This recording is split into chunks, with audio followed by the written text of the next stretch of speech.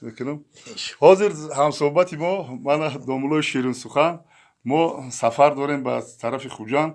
ما میخوایم که همین برادر همین داملو یک دعا بگیریم تبارکی بر رحمانه دوام بتیم. السلام علیکم دوستان عزیز. آیا شما برای گذشتن از سرحد دشواری میکشید؟ مهلت حجت‌هایتان به آخر رسیده است. پس من برای شما خدمت رسانی پیشنهاد میکنم. با ماشین‌های نو و زمانوی با باوری و اعتماد کامل شما را از منزل استقامتیتان تا خط سرحد برده برای عبور مرز مساعدت می نمایند. الهی آمین. سبحان الذي سخر لنا هذا و ما كنا له مقرنين و اینا الی ربنا لمنقلبون. خداوندی بزرگ سفرتون را به خطر بگرداند. آمین. پروردگار اون مجلس نشسته که در پیش دوره همون را پرثمر بسازد. آمین. پروردگار صف شما حاصل کننده ها و استحصال کننده ها را در جامعه از یاد بگرداند. آمین. چنده که ماهی پرور زیاد شد انشالله ماهی زیاد میشه و قیمت ماهی ارزان میشه. خداوند بزرگ هر قصد نیتی خیر داره جامعه عملش بپوشونه. الله اکبر. الله اکبر. مالش داملو جون مالش. برای همین در قشلاق ما آوازها هست که اگر دختردار شوی در روز جمعه باید نامش سایده و آزاده گذاشتن در کار. میگویند به همین سوال من سراچ جواب دهیم. ماشاءالله. خداوند اولا مبارک بگردونه این طفلک مسلمان در خونه. یک ما شرط قید نیست و یک فعل عجیب داریم. در محرم تولد شوه بیچاره اشور بشنو میکنن. در ماه سفر تولد شوه حتما او را یا سفرگلش میکنن یا سفرموش میکنن. همین کارو اصل ندارن. فرزند در نام کتابی موندن در کار کی تولد میشود در کجا تولد میشود که اهمیت ندارد. یک نام خوب زیبا، نام معنادار، نامی که کودک همون نام با افتخار بگیره بگرده. چیه شرط نیست. اصلا نام سیده، نام آزاده نام خوبه، نام بد نیست. نه که در گردن او پدر مادر حتمی نیست که حتما روز جمعه کشیده است سیده و آزادهش کنن. ولی همین کسی نومش اودینه انیق معلومه که همین روز جمعه شدگی.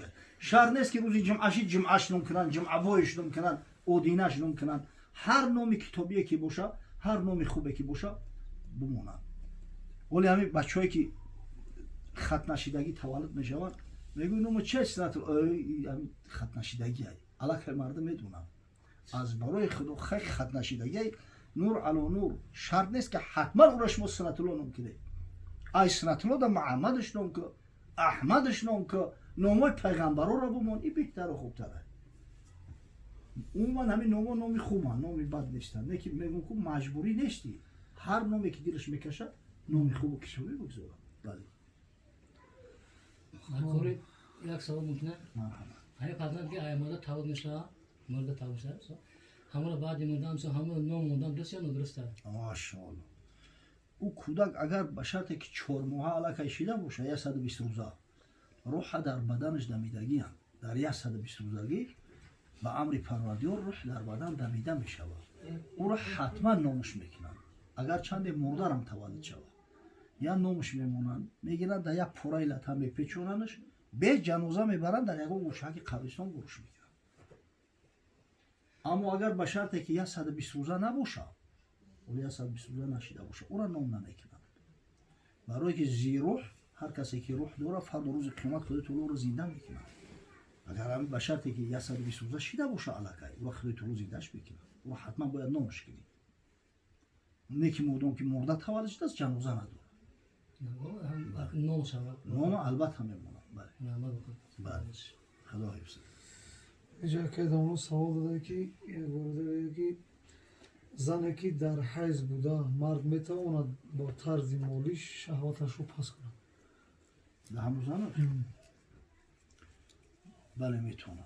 اصلا در یهود قبل از اسلام در عرب همین زن در حالت حیض نفاس وقتی که میشید مثل یک نجیس گمانش میکردن. در اسلام طریق هم نیسته. زن فقط باید همون بند ایزار را سخت ببنده. استمتاع ما تحت الازار حرامه.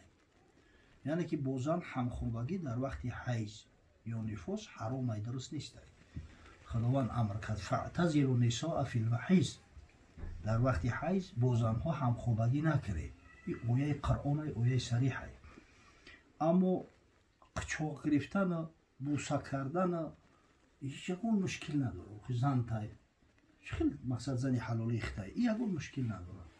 اگر مراد از سخنی برادر ای است که مثال جوان شهوتش بلند می شود، زنک در حالت نفاس که باشه، زنی هسته که شاید نفاسش در 40 روز بگذره، شاید در 30 روز بگذره، همین مدت وقتی که شهوت بسیار بلندی بد می شود، امکان داره که مقصد شکو در تنه زنش رو مقصد خانه بسازه، شهوت چه سخت سکونه، ولی میتونه فقط همین حق همخوابگی نداره.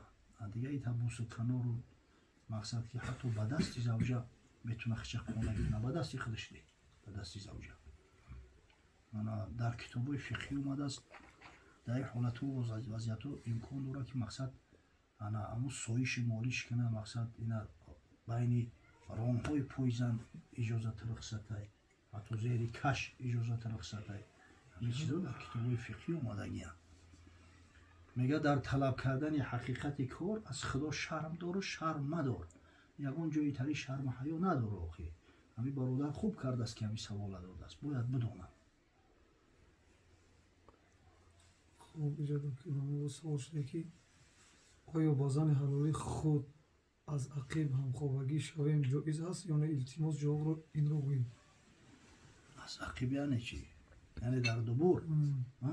نخوزم جا عقیب افتگه این عمل لوت های، عمل قوم لوت، این کارا لوتی هم میکنن. نعوذ بالله. حدیث صحیح پیغمبر است در مسند امام احمد، حضرت میگه ملعون من اتى امرأته فی دبورها، مردی که بوزنش از قفا همخوابگی میکنه، غرض از قفا مقصد که در دبور در قفاش همین معامله را انجام میده، اون ملعون است، به لعنت پروردگار گرفتار شدگی.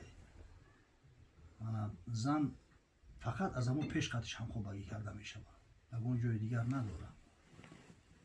نساؤکم حرث لکم، زنها زمین کشت شما هن. کشت در کجا میکنن؟ کشت در پیش میکنن، یعنی که اون زنها مادرای فرزندای شما هستند. تخم در همون زمین میکاره که او حاصل به فرزند به دنیا بیاید. اگر کسی که همین معامله و مناسبت داشته باشه او بدبخت لوتی هست. زنی که شوهرش به همین کار مجبورش میکنه، باید که مجبور کنه از شوهر طلاقش بگیره، چه جدا کنه.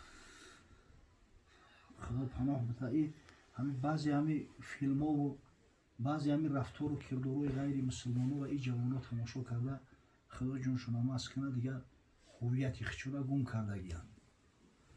ما مسلمانیم الحمدلله، ما مردم تازه و آزاده هستیم. برای مرد مسلمان همین کارو زیبنده نیستن. این کار حرام و مطلق درست نیست، حرام است. میگم که همین ایتری زنی که شوهر هم میخواد که قطعش هم تری معامله کنه، اگر میخواد که به غضب خدا گرفتار نشود، در حال ایتری پرخه را ترک کنه. این طایفه مردم نمیشوند، درست نیست، حرام است. اما اگر مقصد غرضش از عقیب به این معنا باشه که مقصد انا خیلی که با ساده تر کرده بفهمونم، در زبان تاجیکی نمیدونم این اصطلاح چی ترجمه داشته باشه، مقصد اینا حالتی که رقم میگن، اینا بعضی پلاژیری و دیگر ها هسته. اگر از پیش با هم زن هم خوبی میکرده باشد یگان مشکل نیست. برای که خدای تعالی گفت فأتوا نساءکم حیث ما شئتم، انا زناتون هر خیلی که میخوایی قدش هم خوبگی کنید. وقتی که قریشی ها مهاجر شدن به مدینه منوره اومدن، در مدینه منوره در برابر عرب ها یهودی ها زندگی میکردن. قوم یهود، 3 قبیله کلان یهود زندگی میکرد: بنی قینقاع، بنی نذیر، بنی قریظه. اکی در بین یهودی عادت همی است. اون میگن که کسی که با زنش اگر همین زنک با تخته پیش خو نکنه و ای بولو نباشه، دیگر پلاژینیو در خو کنه، او کودک احول میشود، چشمش کجله میشود. در بین یهود هم خیلی گپ است. ҳамин сухан дар байни арабҳои мадинаи мунавварарам аллакай панҷ шидагӣ будааст ва мақсад ҳамира гӯш кардагиам.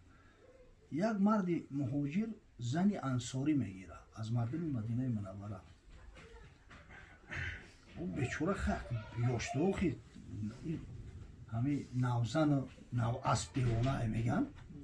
мақсадам тари чӣ муомилае мекунад ки зан ба ғазаб меояд. дар пеш аз роҳи қафода мақсад саъй мекунад истеъмол кунад. ин зан ба ғазаб меояд, доду фиғон мешавад, разбор мешавад, қисса кӯтар разбор ба назди пайғамбар саллаллоҳу алайҳи ва саллам меояд. ҳамин оят нозил мешавад. нисоукум ҳарфун лакум фаъту ҳарфакум анно шиътум. занҳо замини кишти шумоанд. мақсад ҳамон модом ки қасд нияти кишт кардан бошад, чӣ хеле ки киш мекунӣ кардан мегӣ. гӯш дигар рухсат дарӣ, мушкил надорад.